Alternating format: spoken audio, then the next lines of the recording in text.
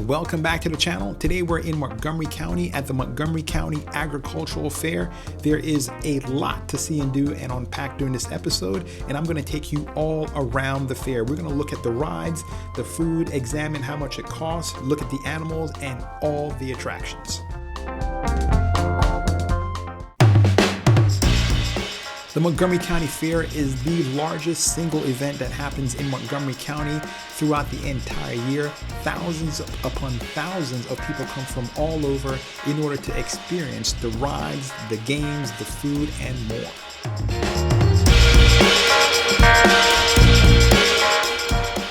The number one complaint that people have when they come to the fair is that it is crowded. This is what it looks like at around 5 p.m. on a Friday night in the middle of the summer. However, if you go there in the middle of the day on a weekday, this is what the thoroughfare looks like. As you can see, the exact same space.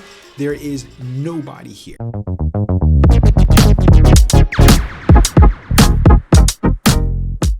There is a cost to enter the fair. It's going to set you back about $15, but once you enter the fair, then you have to pay for these rides and games separately.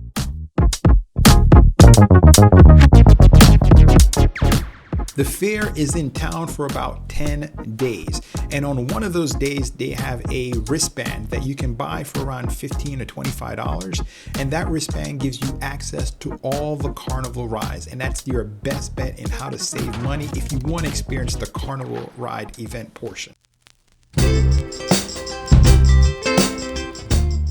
In addition to carnival ride, there are games of chance, strength, and luck. But for the most part, this is a money pit. You're going to lose. No matter how much you think you can win, you are going to lose. This guy right here missed, and then missed, and then one more time, missed. Again, you are going to lose. In the off chance that you do win, the cost of playing isn't oftentimes worth the value of the prize.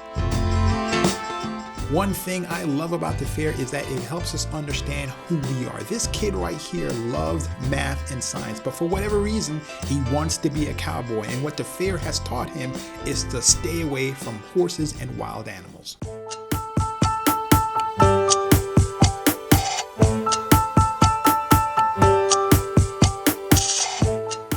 The fair is not for everyone, and some people shouldn't come here. For example, if you are on a diet, you need to stay away from this place. There is nothing healthy here. If it is green or grows in the ground, they do not sell it here. Everything is delicious, but all of it is designed for you to gain weight.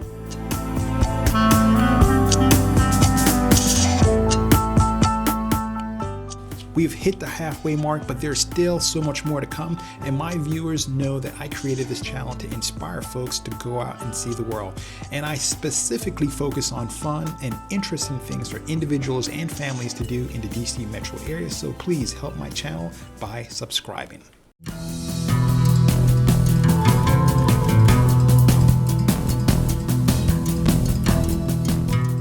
I come to the fair every single year, and by far the most bang for your buck when it comes to dessert that you're going to find at the fair is going to be right here at this ice cream parlor. It's ran by the Lions Club, so not only do you get a great value for your money, but your money goes towards a good cause.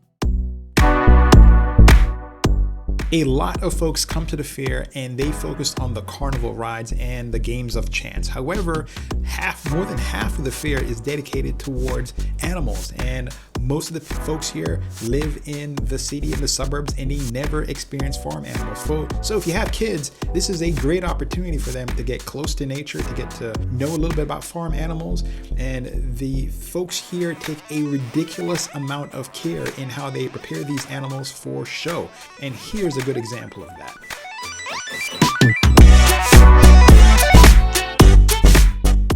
Animals are bought and sold at the fair, and they enter them into these competitions. So you'll have like the best cow or the best goat.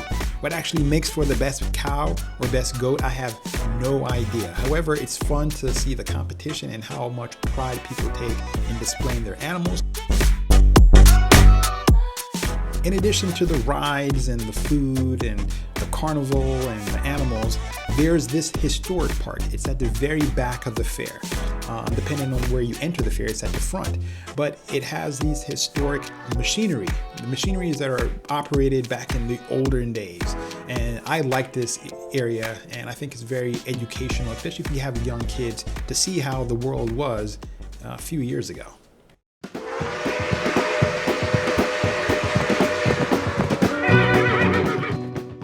I love that the fair has a little bit of something for everyone. You know, the rides are something that I really enjoy, but my wife and my daughter really like this particular area because they have a little produce garden where they grow stuff. So to come and see other people who are putting their wares on display is really fun for them, not for me, but it's fun there's a little bit at the fair, in my opinion, for everyone. So for the cost of admission, in my opinion, it is absolutely well worth your time. There's also this area just for kids, and it's all free, no cost for admission, and there's tons of booths where you can get free stuff, either people are trying to advertise their wares, or members of the government are giving away things to make you aware of, turn off your power, and they give you a little glow stick.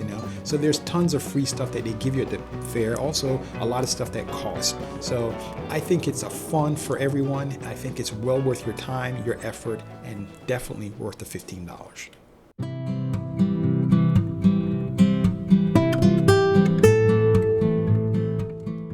There is a sense of competition in some parts of it.